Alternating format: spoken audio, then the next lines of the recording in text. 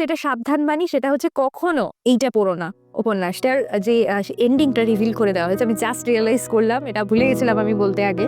এখানে কিন্তু উপন্যাসটা পুরোটাই মানে স্পয়েল করে দেওয়া হয়েছে। তো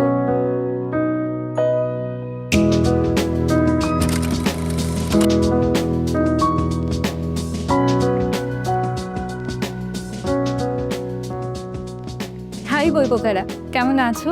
কেমন কাটছে তোমাদের শীতকাল? সত্যি বলতে শীত যে সেভাবে পড়েছে এখানে তা বলতে পারবো না। এখনো অব্দি সোয়েটার পরার অবকাশ পাইনি।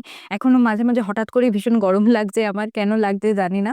কিন্তু ডিসেম্বরের ওয়েদার হিসেবে যতটা শীত পড়ার কথা ছিল ততটা মোটেই শীত পড়েনি।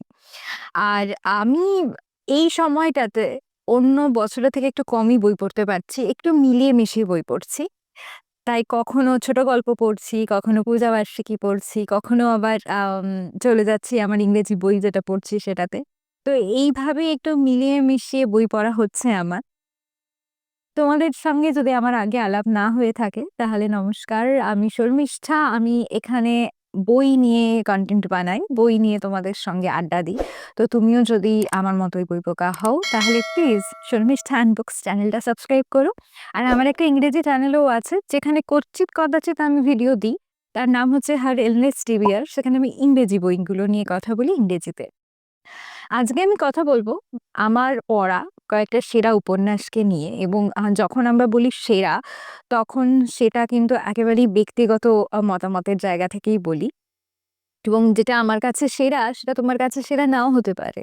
কিন্তু আমি আশা করব যে এই বইগুলো সত্যি তোমারও ভীষণ ভালো লাগবে। আমি এবছরে শুরু থেকে এখনো অবধি পড়া বইয়ের মধ্যেই এই লিস্টটা বানিয়েছি, এবং আমি বেশি বই রাখিনি, এখানে মাত্র ৬টা বই রেখেছি। কারণ আমি এই ভিডিওটা একটুখানি শর্ট বানাতে চেয়েছিলাম এবং একটুখানি কম্প্যাক্ট বানাতে চেয়েছি, এবং এর মধ্যে কিছু ধ্রুপদী সাহিত্যিকের লেখাও তুমি পাবে, আবার কিছু মডার্ন উপন্যাস যেগুলো জাস্ট বেরিয়েছে কয়েক বছর আগেই বা এই বছরেই প্রকাশিত হয়েছে, সেই উপন্যাসও পাবে। তাহলে আর দেরি করব না, তোমাদের সঙ্গে ভাগ করে নেব আমার প্রিয় উপন্যাসগুলো। আর এই ভিডিওটা পার্টিকুলারলি কিন্তু উপন্যাসের জন্য, মানে বই ইন জেনারেল শর্ট স্টোরি বা প্রবন্ধ সেগুলো আমি এই ভিডিওতে রাখছি না। এই ভিডিওটা শুরু থেকে শেষ অবধি প্লিজ দেখো এবং তোমাদের মতামত আমাকে জানিও। এখানে রাখা বইগুলোর মধ্যে প্রথমেই যে বইটা নিয়ে আমি কথা বলতে চাই, যেটা নিয়ে আমি অনেকটাই এক্সাইটেড, সেটা হলো অহনা বিশ্বাসের লেখা লেডিস কম্পার্টমেন্ট। এই বইটা প্রকাশিত হয়েছে দে বুক স্টোর থেকে। এটার মুদ্রিত মূল্য হচ্ছে ৫০০ টাকা। প্রথম কথা, এটার প্রচ্ছদটাই আমাকে প্রথমে আকৃষ্ট করেছিল, এবং লেডিস কম্পার্টমেন্টে আমার নিজের জীবনের অনেকটা সময় আমি কাটিয়েছি। তো সেখানের যে অবজারভেশনগুলো সেগুলোর সঙ্গে আমি খুবই মিল পেয়েছি, নিজের অবজারভেশনের সাথে লেখিকার অবজারভেশনের। এই বইটার স্টাইলটা আমার খুব মজার লেগেছে। এই বইটা হচ্ছে চরিত্র নির্ভর, এপিসোডিক আকারে লেখা, একেবারেই প্লট নির্ভর নয়। একই লেডিস কম্পার্টমেন্টে যাওয়া অনেকগুলি নারী, তাদের যে জীবন সেই জীবনটাকেই আমরা প্যারালালি সবার জীবন ফলো করছি, এবং প্রত্যেকেরই ব্যাক স্টোরি, প্রত্যেকের জীবনের যে সংগ্রাম সেইটাকে আমরা জানতে পারছি এখানে। এবং এই প্রত্যেকটি মেয়ের জীবনই কিন্তু একটা সুতোয় বাঁধা রয়েছে, যেটা হলো এই লেডিস কম্পার্টমেন্ট। এরম ধরনের লেখার মধ্যে যেটা আমার সবচেয়ে বেশি আগ্রহ থাকে দেখার, সেটা হলো যাদেরকে রিপ্রেজেন্ট করানো হচ্ছে, যে চরিত্ররা রয়েছে লেখার মধ্যে, তারা যেন বিভিন্ন সামাজিক ব্যাকগ্রাউন্ড থেকে উঠে আসেন, বিভিন্ন সামাজিক ক্ষেত্র থেকে উঠে আসে, এবং তাদের যে শ্রেণী বা অর্থনৈতিক অবস্থা যেন একটা আলাদা আলাদা প্রকারভেদ আমরা দেখতে পাই, যাতে সব শ্রেণীর মানুষকেই রিপ্রেজেন্ট করার মতো জায়গা থাকে। এখানে লেখিকা সেটা খুব সুন্দরভাবে করেছেন।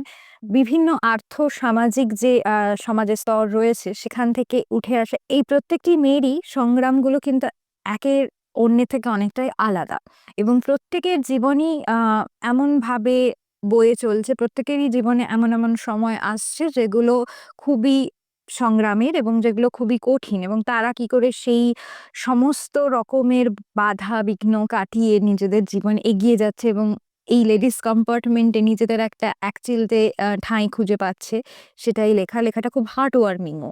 এবং যেটা আমার খুব ভালো লেগেছে এই লেখাটার মধ্যে, যে এই যে লেডিস কম্পার্টমেন্ট একটা জায়গা হয়ে উঠছে, পুরুষ বর্জিত একটা স্পেস মেয়েদের জন্য, যেখানে তারা নিজেদের যে আসল সত্তাটা প্রকাশ করতে পারছে কোনো রকমের জাজমেন্টের তোয়াক্কা না করে। তারা তাদের অন্তরের ভাব প্রকাশ করতে পারছে। তারা তাদের নিজের যে ব্যক্তিত্ব, যেটা তারা সমাজের বিভিন্ন ট্যাবুর জন্য, সমাজের কেটে দেওয়া অদৃশ্য লক্ষণ রেখার জন্য পার করতে পারে না, সেই লক্ষণ রেখাটা মুছে যায় যখন তারা এই লেডিস কম্পার্টমেন্টে ওঠে এবং নিজেদের জীবন একে অন্যের সাথে ভাগ করে নেয়, সুখে দুঃখে একে অন্যের পাশে থাকে। ভালো একটা সিরিজ হতে পারে যদি কেউ যত্ন করে এই লেখাটা নিয়ে কাজ করে। আমি তো দেখতে পাচ্ছি চোখের সামনে যে এটা খুব ভালো একটা অ্যাডাপ্ট করার মতো কাজ। খুব ভালো লেগেছে এবছর পড়ে। এরপরের যে বইটা নিয়ে কথা বলব সেটা আমার খুব প্রিয় একজন লেখকের লেখা, প্রচ্যুত গুপ্ত। প্রচ্যুত গুপ্ত এখনকার দিনে যে লেখকরা লিখে চলেছেন, যাদের লেখা আমি ছোট থেকে পড়ছি এবং এখনো পড়ে চলেছি এবং এখনো এক্সাইটেড থাকি যাদের লেখা নিয়ে, তাদের মধ্যে একজন এমন লেখক। এবং তার লেখা রিসেন্টলি আমি বড়দের লেখা তার খুব পড়ছি এবং আমি সত্যিই মুগ্ধ হচ্ছি যে ধরনের টপিক নিয়ে তিনি লেখেন এবং যে ধরনের মানবিক একটা অ্যাঙ্গেল থাকে তার লেখার মধ্যে, সেইটা আমাকে ভীষণই মুভ করে। এটা রানীপুরের কাপুরুষ। এটা আনন্দ থেকে বেরিয়েছে। এটার দাম হচ্ছে ৳১৫০। এই কাহিনীর নায়ক হচ্ছে গৌরব। গৌরব ১০ বছর পর জেল খেটে রানীপুরে ফিরে আসছে এবং তাকে সবাই কেন কাপুরুষ বলে সেইটা আমাকে দেখতে হবে। এবং গৌরব যে জেলে গেছে সে একটা ভয়ঙ্কর বড় অপবাদ এবং অপরাধের দায় মাথায় নিয়ে জেলে গেছে। তো সে যখন ফিরে এসেছে তার প্রতি এই রানীপুরের মানুষদের ব্যবহারটা কেমন পাল্টে যাচ্ছে সেইটা আমরা এখানে দেখতে পাবো। খুব ইন্টারেস্টিং একটা লেখা। খুবই ইন্টারেস্টিং একটা লেখা এবং উপন্যাসটা যেভাবে এগিয়ে চলে সেই পেসিংটা আমার ভীষণ ভালো লেগেছে। মানে যখন তুমি উপন্যাসটা পড়া শুরু করবে তখন মনে হবে যে এর পরের পাতায় কি হচ্ছে পড়ি। যদিও কিন্তু এই উপন্যাসটা একেবারে থ্রিলার ধর্মী কোনো লেখা নয়, একটা সামাজিক উপন্যাস। কিন্তু তা সত্ত্বেও একটা প্লটের এমন একটা স্ট্রাকচারিং করা হয়েছে এখানে, বা এমন একটা আ স্পিডে লেখাটা এগোয়, একটা পেসে লেখাটা এগোয় যে সবসময় কি হয় ব্যাপারটা এর মধ্যে থাকবে। তো যারা রিডিং স্লাম্পে আছো, যারা ভাবছো যে ২ পাতা ৩ পাতা পড়ার পর কোনো লেখাতে মন বসছে না, তারা এই বইটা পড়ো এবং ১ম ৩০ পাতা পড়ার পর আমি বলছি তোমাকে যে তুমি এটা শেষ না করা অব্দি বইটা বন্ধ করতে পারবে না। এবং এখানে খুব সুন্দর অবজারভেশন রয়েছে। খুব মজার ডায়নামিক উঠে এসেছে যে মানুষ একটা জেল ফেরত আসামিকে কিভাবে ট্রিট করে, কিভাবে দেখে, বা সমাজে তার অবস্থান কি? মানুষ কি তাকে এড়িয়ে চলে? মানুষ কি তাকে ভয় পায়? এবং গৌরব যে জেল খেটেছিল, সে কেন জেল খেটেছিল? সে কি আদৌ অপরাধটা করেছিল? এবং শেষ অবধি সে কিভাবে ঘুরে দাঁড়াবে? তো এই লেখাটার মধ্যে দেখতে পাচ্ছ যে রানীপুরের কাপুরুষ হিসেবে দাগিয়ে দেওয়া একটা মানুষ, তার ঘুরে দাঁড়ানোর গল্প। আমার একদম আনএক্সপেক্টেড একটা পিক ছিল এটা। আমি বইমেলাতে আনন্দতে ঘুরতে বইটা আবিষ্কার করি এবং একদম ব্যাগটা পড়ে আমার মনে হয় যে এটা আমি পড়তে চাই। আর খুব বেশি আমি বইটা নিয়ে কথাও শুনিনি। তাই সত্যিই এটা আমার কাছে খুব সারপ্রাইজিং ছিল যখন আমি এটা আবিষ্কার করি এবং পড়ি। খুব ভালো একটা লেখা। প্রচ্ছদ গুপ্তের রিসেন্ট ১-২ বছরের লেখা আমাকে ততটা ইমপ্রেস করেনি। আমি আরো আশা করি লেখকের থেকে। কিন্তু তার পুরনো লেখাগুলো, এইটা যে সময় লেখা, সেই লেখাগুলো সত্যি ভীষণ ভালো লেখা। এবছর আমি পড়েছিলাম সুনীল গঙ্গোপাধ্যায়ের লেখা 'অমৃতের পুত্রকন্যা'। এই বইটা আমাকে মা উপহার দিয়েছিল জন্মদিনে এবং এই বইটা এতটা আমাকে অবাক করেছে। ১ম কথা এই বইটার কনসেপ্ট। এই বইটার কনসেপ্টটাই এত ইউনিক যে বাংলা সাহিত্যে এরকম কনসেপ্টের লেখা আমি আগে পড়িনি। এটা একটা ফিউচারিস্ট ডিস্টোপিয়ান দুনিয়ার পটভূমিতে লেখা এবং এই উপন্যাসটার মধ্যে আমরা ফলো করছি ২ জন চরিত্রকে, একজন নারী এবং একজন পুরুষ, যারা স্মৃতিহীন, যাদের স্মৃতি একদম মুছে দেওয়া হয়েছে। মানে তারা আগে কি ছিল, তারা কোথা থেকে এসেছে, তাদের নামটা পর্যন্ত তাদের মনে নেই। তাদেরকে একটি নির্জন দ্বীপে পাঠানো হচ্ছে যেখানে কিচ্ছু নেই, মানে সভ্যতার কোনো চিহ্ন নেই। একেবারে পশুর মতো একদম অ্যানিমাল ইনস্টিংক্ট থেকে তাদের সারভাইভ করতে হবে এবং এখানে একটা শিশুকেও পাঠানো হচ্ছে একই রকমভাবে। দেখার চেষ্টা করা হচ্ছে যে মানুষ এই পরিস্থিতিতে যখন পৃথিবী ধ্বংসের মুখে আসবে, কি করে মানুষ সারভাইভ করার চেষ্টা করবে। মানুষের আচার, আচরণ সবকিছু, মানে এই দ্বীপের মধ্যে তারা কিভাবে লড়াই করছে প্রাকৃতিক দুর্যোগের সাথে, নিজেদের যে কামনা বাসনা, নিজেদের যে ডিজায়ার সেগুলোর সাথে, সবকিছুর জন্য তাদের প্রত্যেকটা দিনে কিরকম সংগ্রাম চলছে সেটার উপর নজর রাখছে বিজ্ঞানীরা। এবং এই বিজ্ঞানীরা আকাশে বসে আছে একটা মহাকাশযান এবং সেখান থেকে অবজার্ভ করছে এই মানুষগুলোকে। এই ধরনের একটা লেখা, মানে একেবারেই এই ধরনের না, কিন্তু এই পৃথিবীর বাইরে থেকে পৃথিবীকে দেখা একটা লেখা যদি তুমি পড়তে চাও, আমি বলবো সামান্থা হার্বির লেখা 'অরবিটাল'। এটা পুরস্কার পেয়েছিল, বুকার প্রাইজ পেয়েছিল, এবং এই লেখাটাও কিন্তু পৃথিবীর বাইরে থেকে পৃথিবীকে দেখার কনসেপ্ট নিয়ে কথা বলে। ফিরে আসি এই বইটায়। এটা আনন্দ থেকে বেরিয়েছে, 200 টাকা দাম। এই বইটার মধ্যে যেটা খুব সুন্দর একটা বিষয়, যে এরকম একটা কিছুটা ফিউচারিস্টিক, কিছুটা সাই-ফাই গোত্রের লেখা, তার মধ্যে কি সুন্দর মানবিক এলিমেন্টকে অ্যাড করা হয়েছে। মানবিক যে মানুষের অবস্থান, ইমোশন, সেইটা কিন্তু কোথাও খামতি হয়নি। সেই ইমোশনটা কিন্তু পুরোপুরি রয়েছে। সেই আমাদের যে হাসি, কান্না, দুঃখ, মানে মানুষকে একেবারে প্রাগৈতিহাসিক যুগে একেবারে পশুর পর্যায়ে নিয়ে যাওয়ার পরও মানুষের মধ্যে কতটা মানবিকতা থাকতে পারে, সেটাই কিন্তু দেখার পরীক্ষা এটা। এবং সেই পরীক্ষায় মানুষ কিভাবে পাস করছে সেটাই আমরা দেখব। আর এই মহাকাশযানটার মধ্যে শুধু যে বিজ্ঞানীরা আছে তা না, এর মধ্যে একজন কবিও আছে। তার যে অবজারভেশনটা সেটা বিজ্ঞানের থেকে একদম আলাদা। সেও মানে নিজের মতো করে এই ঘটনাটাকে দেখছে এবং নিজের মতো করে পীড়িত হচ্ছে, কষ্ট পাচ্ছে এই ছেলেমেয়ে দুটিকে দেখে। এটাও এমন একটা কনসেপ্ট যে আমি ভাবিনি যে এরকম কনসেপ্টে কোনো বই রয়েছে এবং এরকম কনসেপ্টে কোনো বই এক্সিস্ট করে। তো খুবই ইউনিক, এবং আবারও এমন একটা লেখা যেই লেখাটার চোখের সামনে ভেসে ওঠে। ভীষণ সিনেম্যাটিক, ভীষণ দৃশ্যগুলো জীবন্ত হয়ে ওঠে চোখের সামনে। যেটার জন্য খুব স্পেশাল একটা লেখা, এবং এই বইটা এমন একটা বই যেটা আমি ভুলতে পারব না কোনোদিন। যদি কেউ আমাকে কোনো ইউনিক বই রেকমেন্ডেশন চায়, যে এমন একটা বই নিয়ে কথা বলো যেটা মানে আমাকে খুব ইমপ্রেস করবে, আমাকে খুব মুভ করবে, আমাকে ভাবাতে সাহায্য করবে, তাকে আমি এই বইটা রেকমেন্ড করব। এবারে কথা বলবো এবছরে পড়া আমার অন্যতম প্রিয় বইটা নিয়ে। ভীষণ প্রিয় একটা বই এটা আমার। সেটা হচ্ছে রাধের পাঁচালী বাণী বসুর লেখা। অনেকবার হয়তো এই চ্যানেলে আমি এই বইটা নিয়ে কথা বলেছি এবছরে, কারণ বইটা আমার সত্যিই খুব ভালো লেগেছে। আমার মন ভালো করে দিয়েছে এই বইটা। রাধের পাঁচালী বেরিয়েছে দেশ থেকে। বইটার দাম হচ্ছে 200 টাকা, এবং বাণী বসুর লেখা এই উপন্যাসটা খুব সম্ভবত বর্তমানের শারদীয়াতে বেরিয়েছিল। এই কাহিনীর নায়িকা হলো রাধি, আমাদের রাধারানী, এবং রাধারানী দক্ষিণ ২৪ পরগনার ক্যানিং অঞ্চল থেকে আসে শহরে, এবং সেখানে কাজের সন্ধানে সে এসে পড়ে একটা বিরাট বড় যৌথ পরিবারে। এবং সেখানের যে কর্ত্রী মণিদীপা, তিনি অবিবাহিতা পিসিমা, এবং তিনি খুব মডার্ন মনের মানুষ, খুবই আধুনিক মন তার। মানে আধুনিক বলতে আমি বহিরাঙ্গের আধুনিকতার কথা বলছি না। মনের দিক থেকে তিনি ভীষণই আধুনিক, এবং তারই স্নেহ ছায়ায় আ এই বাড়িতে স্থান পায় আমাদের রাধি। খুব, খুব, খুব সুন্দর একটা লেখা। যাদের ইন্দুবালা ভাতের হোটেল ভালো লেগেছে, বা এই ধরনের মানুষ যারা শহর থেকে অনেক দূরে থাকে এবং অনেক দূর থেকে এসে শহরে নিজের একটা জায়গা করে নিয়েছে, এবং যাদের একটা সহজ জীবন আছে, সেই সহজ জীবন এতটাই সুন্দর যে তার মধ্যে শহরের জটিলতা ঢুকতে পারে না। এরম ধরনের চরিত্রকে যারা ভালোবাসো, তারা রাধের পাঁচালী পড়ো। ১ম কথা বলব আমি এই বইটার প্রচ্ছদ। কি সুন্দর একটা প্রচ্ছদ! প্রচ্ছদের ডিজাইন খুব সুন্দর। এখন দেজের প্রচ্ছদ আমার খুব ভালো লাগে। প্রত্যেকটা বই দেখলে কেনার আগ্রহ হয়, যেটা একটা বইয়ের মধ্যে থাকা দরকার। রাধের পাঁচালী বইটার সবচেয়ে সুন্দর বিষয়টা হলো এটার এই সহজ একটা চলন। এই সহজ জীবনের কথা, এবং রাধির যে সারল্য, সেই সারল্যটা সবার মনকে ছুঁয়ে যাবে যারা বইটা পড়বে। এবং তার যে বৈপরীত্যে যখন আমরা দেখছি যে এই শহরের যৌথ পরিবারের মানুষগুলোর মধ্যেকার যে ছোট, ছোট দ্বন্দ্ব, তাদের মধ্যেকার যে ক্ষুদ্র মানসিকতা, সেইটা যখন আমরা দেখতে পাচ্ছি দুটো কন্ট্রাস্ট করে, তখন আমাদের সত্যি রাধিকে অনেকটা এগিয়ে দিতে ইচ্ছা করছে। এবং মণিদীপার সঙ্গে রাধির সম্পর্কটা এত সুন্দর, একেবারে মামের মতো, এবং তিনি সত্যি রাধিকে দুহাত দিয়ে আগলে রাখতেন। এই যে চরিত্রটা, যাকে কোনো রকমের মানে খারাপ টলাতে পারে না, এরকম একটা চরিত্র খুবই ইন্সপায়ারিং।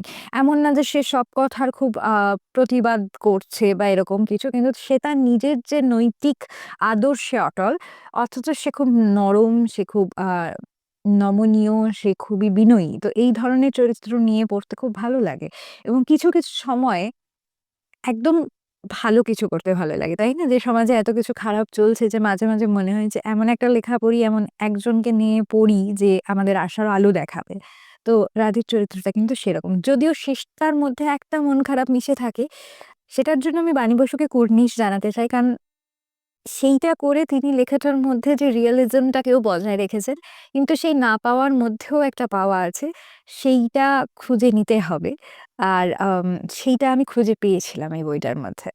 জানি না কতটা কনভিন্স করাতে পারলাম বইটা পড়তে। তবে এটা এমন একটা লেখা যে আম অনেক কিছু ঘটে না এখানে। মানে একেবারেই এই চরিত্রটাকে ঘিরে এবং এই বাড়িটাকে ঘিরেই কিছু ছোট, ছোট ঘটনা। এই লেখার স্টাইলটা আমাকে আশাপূর্ণা দেবীর বকুল কথার কথা খুব মনে করিয়ে দিয়েছে। কারণ বকুল কথায় বকুল যেরকম ছিল আ এই বাড়িতে, তার কথা খুব মনে করিয়ে দিয়েছে। তো পরিবারের মধ্যে সবার মধ্যে আম রাধির যে একটা বেমানান অবস্থান, সেইটা চোখে আঙুল দিয়ে লেখিকা বারবার দেখিয়ে দিচ্ছেন এবং সেখানে আমাদের মতো রাধির জন্য সমব্যথা, সমবেদনা তৈরি করেছেন। তো ভীষণ সুন্দর একটা বই এবং খুব তাড়াতাড়ি পড়ে শেষ করতে পারবে, একেবারেই বড় বই নয়। পরের বইটাও এই বছরের শুরুর দিকেই পড়েছিলাম। 'মন কেমন করে'। এই বইটা বিমল মিত্রের লেখা। খুব প্রিয় বই। এই বইটা নিয়ে প্রচুর কথা বলেছি এই চ্যানেলে। আলাদা করে রিভিউ করিনি, কিন্তু অনেক কথা বলেছি এই চ্যানেলে। এই বইটার প্রচ্ছদটা আমার খুব প্রিয়। যারা অলরেডি অনেক ভিডিও দেখেছো আমার জানো। এই বইটাকে নিয়ে একটা খুব মজার গল্প আছে এই বইটার প্রেক্ষাপট নিয়ে। সেইটা আগে একটু বলি। বিমল মিত্র, তোমরা জানো সবাই যে তার বিখ্যাত উপন্যাস 'সাহেব বিবি গোলাম' লিখেছেন এবং অনেক ঐতিহাসিক উপন্যাস তার লেখা। তো বিমল মিত্রকে একদিন তারাশঙ্কর বন্দ্যোপাধ্যায় বললেন যে শুধুমাত্র লাইব্রেরিতে বসে, বসে এইসব ইতিহাসের লেখা লিখলে তো হবে না, সমাজ নিয়ে লেখো, মানুষকে নিয়ে লেখো। এবং তখনই পুরনো কলকাতা নিয়ে কিছুটা নিজের অভিজ্ঞতা মানে আত্মজীবনীমূলক কিন্তু আত্মজীবনী নয়, এরকম ধরনের একটা লেখা লিখতে চেষ্টা করেছিলেন বিমল মিত্র এবং সেটারই ফল হলো 'মন কেমন করে'। 'মন কেমন করে' এটা আমি বাণী শিল্প থেকে নিয়েছিলাম ৳২৫০ দাম। বাই দ্য ওয়ে বলতে ভুলে যেতে পারি। আমি যখন বইয়ের দাম বলতে ভুলে যাই আমাকে সবাই ভীষণ বকাবকি করে, তো আগে বলে দিলাম। বইটার মধ্যে যেটা সবচেয়ে সুন্দর হচ্ছে স্মৃতিমেদুরতা। এই বইটা এমন একটা কলকাতার সাক্ষ্য বহন করে যে সময়টা আমরা দেখিইনি। মানে কলকাতা যখন গ্রাম ছিল, কলকাতা যখন গোবিন্দপুর ছিল, সেই সময়ে যখন কলকাতায় গরুর গাড়ি চড়ত, সেই সময়কার কথা এবং এই গল্পের যে কথক তিনি আরেকজনকে গল্পটা করছেন এবং তার ছেলেবেলার যত ভালো লাগা, খারাপ লাগা এইসবই ভাগ করে নিচ্ছেন তিনি এই যে গল্পটা শুনছে তার সাথে। লেখাটার যে টাইটেলটা দেখতে পাচ্ছ, যে নামটা 'মন কেমন করে', গোটা লেখাটা পড়লে এরকম মন কেমনই করবে যে যা ফেলে আসা ভালোবাসা, ফেলে আসা মানুষ, যাদের সঙ্গে আর আমাদের দেখা হয় না, যাদের নিয়ে আমাদের মন কেমন করে মাঝে, মাঝে, তাদের নিয়েই কথা। এবং এই বইটার মধ্যে আম না হওয়া প্রেম রয়েছে, এই বইটার মধ্যে স্নেহের সম্পর্ক যাদের সঙ্গে ছিল ছিন্ন হয়ে যাওয়া, মামা বাড়ির স্মৃতি অনেক কিছু আছে এবং এই বইটা পড়তে, পড়তে তোমাদেরও নিজের ছোটবেলাকার এইসব মুহূর্তগুলোকে আরো বেশি জীবন্ত মনে হবে। হয়তো কারোর মনেও পড়ে যাবে, মন খারাপ হবে এবং এই লেখাটার মধ্যে অদ্ভুত একটা ক্যাথারসিস হয়। যে নিজে পড়তে, পড়তে নিজের মনেরও ওই স্মৃতির যে দুঃখর যে জায়গাগুলো তাতে একটা শান্তি প্রলেপ লাগে। এমনই একটা লেখা এটা।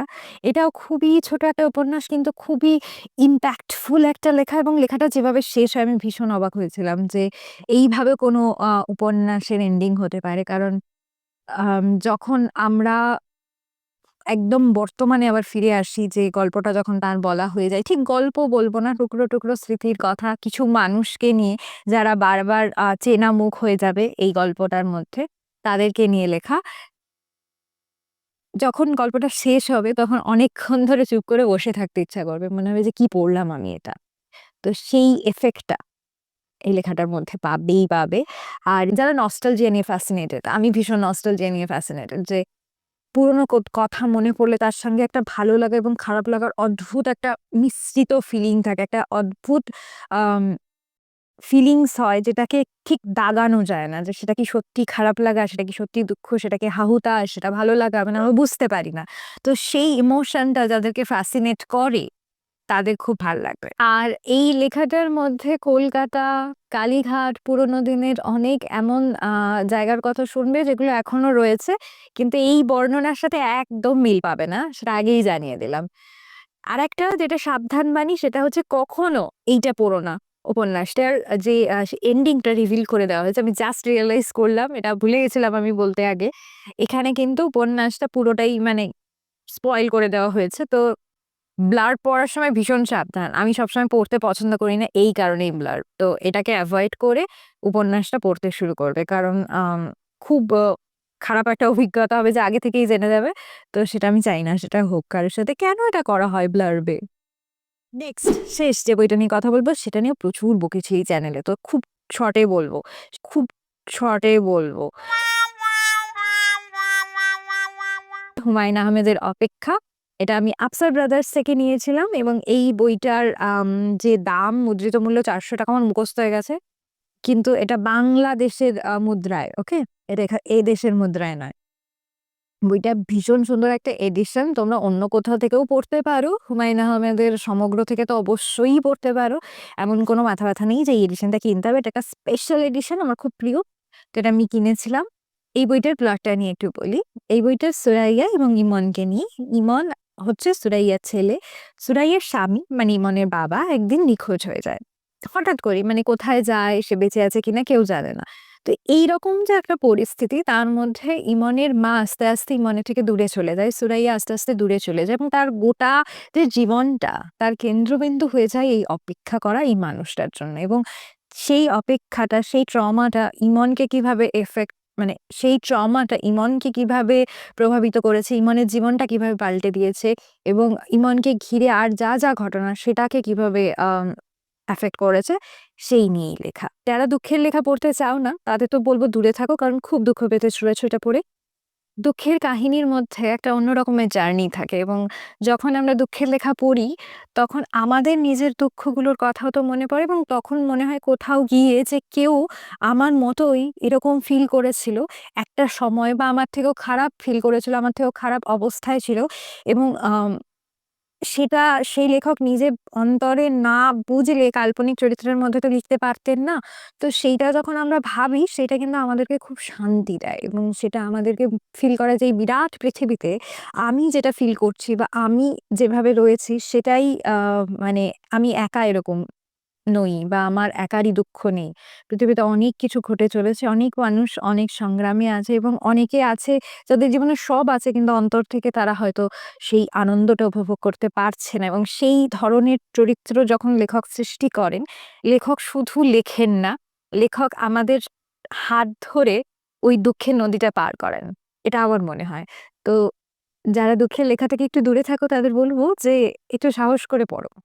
হ্যাঁ, অনেক ট্রিগার ওয়ার্নিং তো আছেই এটার মধ্যে। তো সেটা মনে রাখবে যদি তুমি খুব মানে ইজিলি ট্রিগার্ড হও। আ এখানে অনেক মেন্টাল হেলথ ইস্যুস রয়েছে এবং এখানে সেলফ হার্ম নিয়ে ইস্যু রয়েছে। তো তুমি যদি এই ধরনের লেখাতে ট্রিগার্ড হও তাহলে আমি না করব পড়তে। এইটা নিয়ে একটুখানি আমি মানে বলতে চাই, যদিও এটা ভিডিওটার বিষয় নয় একদমই। তবু একটুখানি বলতে চাই, আমি তোমাদের মতামত চাই অ্যাকচুয়ালি। আমরা যখনই ইংরেজি উপন্যাসের ক্ষেত্রে এখন বর্তমানে দেখি যে Goodreads এ যাও বা অন্য কোনো রিভিউ জায়গায় যাও তো সেখানে ট্রিগার ওয়ার্নিং কিন্তু দেওয়া থাকে। মানে কোন বইগুলো পড়লে কি ধরনের ট্রিগার থাকতে পারে যেগুলো মানে আমাদের যারা মানসিক দিক থেকে এইসব জিনিসগুলো নিয়ে একটু বেশি অ্যাফেক্টেড হয় বা যাদের একটু হাইপার সেনসিটিভিটি আছে, যারা খুব তাড়াতাড়ি ইমোশনালি রিঅ্যাক্ট করে, যাদের মেন্টাল স্টেট বা নার্ভাস সিস্টেমে মানে এই ধরনের জিনিস তাদেরকে খুব বিচলিত করে দেয়। তো তাদের জন্য অলরেডি একটা ট্রিগার ওয়ার্নিং থাকে যে এই ধরনের লেখা থাকতে পারে। তো তুমি যদি মেন্টালি প্রস্তুত হও তাহলেই করো এবং ছবির ক্ষেত্রেও তাই, সিনেমার ক্ষেত্রেও তাই। যদি Netflix গুলো কোণে দেখবে লেখা থাকে যে ভায়োলেন্স, ইউ নো সবকিছু লেখা থাকে। ড্রাগ অ্যাবিউজ, ইউজ এইগুলো মানে যেগুলো তোমার জীবনে হয়তো তোমাকে এগুলো মানে কখনো ইমপ্যাক্ট করেছে তোমার উপর। তো তুমি সেগুলো আগে থেকেই জেনে যাবে যে এটার মধ্যে এগুলো দেখানো হতে পারে। তো তুমি যদি চাও তুমি এটা দেখো না। তো বাংলা বইয়ের ক্ষেত্রে এই মেন্টাল হেলথ অ্যাওয়ারনেসটা বা এই পুরো ট্রিগার ওয়ার্নিং বিষয়টা খুব মানে নেই বললেই চলে এবং কেউই এটা নিয়ে কথা বলে না। আমার মনে হয় এটা থাকা দরকার। যেকোনো লেখার আগে মানে ইভেন যে শারদীয় উপন্যাসগুলো আমি পড়ছি, একটা উপন্যাস আমি পড়লাম ভীষণই সুন্দর একটা লেখা। কিন্তু লেখাটা খুবই ডিপ্রেসিভ একটা লেখা এবং লেখাটা আমাকে খুব মানে অ্যাফেক্ট করেছে এবং এটা অনেককে অ্যাফেক্ট করতে পারে। আমার পড়ে মনে হলো যে মানে হয়তো আমি এই সময়ে পড়ছি বলে যখন আমি একটু লো ফিল করছি, একটু না অনেকটাই লো ফিল করছি। তো এইরকম একটা আম বিষয় আমরা একদম ইগনোর করে যাচ্ছি যে ট্রিগার ওয়ার্নিং। ট্রিগার ওয়ার্নিং থাকা দরকার লেখার মধ্যে। তাহলে মানে আমাদের মেন্টাল হেলথ নিয়ে অ্যাওয়ারনেসটা তো আস্তে আস্তে বাড়ছে, তো সেখানে এই জিনিসটা খুব ইম্পর্টেন্ট একটা বিষয়। তুমি কি মনে করো? আমাকে প্লিজ জানাও, কারণ এটা আমার ব্যক্তিগতভাবে কয়েকদিন ধরেই মনে হচ্ছে, এটা নিয়ে কথা বলা হয়নি। তো ট্রিগার ওয়ার্নিং থাকা দরকার কিনা, কারণ এটাও আমার মনে হয় অপেক্ষাতে ট্রিগার ওয়ার্নিং থাকা দরকার, কারণ এটা খুবই ইন্টেন্স একটা লেখা, মানে এটা খুবই লাইফ চেঞ্জিং একটা উপন্যাস অবশ্যই আমি বলবো, কিন্তু এটাও বলবো যে আগে থেকে মেন্টালি প্রস্তুত হয়ে থাকো, যে এটা মানে হয় না, আমরা বলি ইংরেজিতে যে ইট ক্যান ব্রেক ইউ, তো এটা তোমাকে ভেঙে চুরে দিতে পারে, সেই ক্ষমতা আছে এই লেখাটার। তো সেটা জেনেই এগিয়েও, কিন্তু যদি তুমি সেটা জেনে এগোও এবং সেটা ওয়ার্থ ইট, মানে এটা আমি যখন পড়েছিলাম তখন মানে কেঁদেছি অজরে একটা সময়, এমন সুন্দর একটা লেখা। মানে আমি এত দুঃখের লেখা রেকমেন্ড করি, হয়তো আমাকে দেখেই এবার লোকে দুঃখিত হয়ে যাবে, কিন্তু কি করব, মানে পৃথিবীর ওই যে বলে যে আমাদের যে স্যাডেস্ট যে কথাগুলো জীবনের, সেগুলোই আমাদের সুইটেস্ট সং, মানে আমাদের সবচেয়ে দুঃখের জায়গাগুলোই আমাদের সবচেয়ে সুন্দর আর্ট তৈরি করার জায়গা। এই জন্যই হয়তো আমরা ট্র্যাজেডিকে মনে রাখি, কমেডিকে ভুলে যাই, কারণ মিলনাত্মক লেখাকে আমরা কত তাড়াতাড়ি ভুলে যাই, কিন্তু বিয়োগান্তক লেখা সেটা শেক্সপিয়র হোক কিংবা শরৎচন্দ্র, তুমি কিন্তু ভুলতে পারবে না। এটাই ট্র্যাজেডির একটা বড় জায়গা এবং ক্ষমতা বলা যায়, যেটা মানে দুঃখ আমাদের উপর রাখে।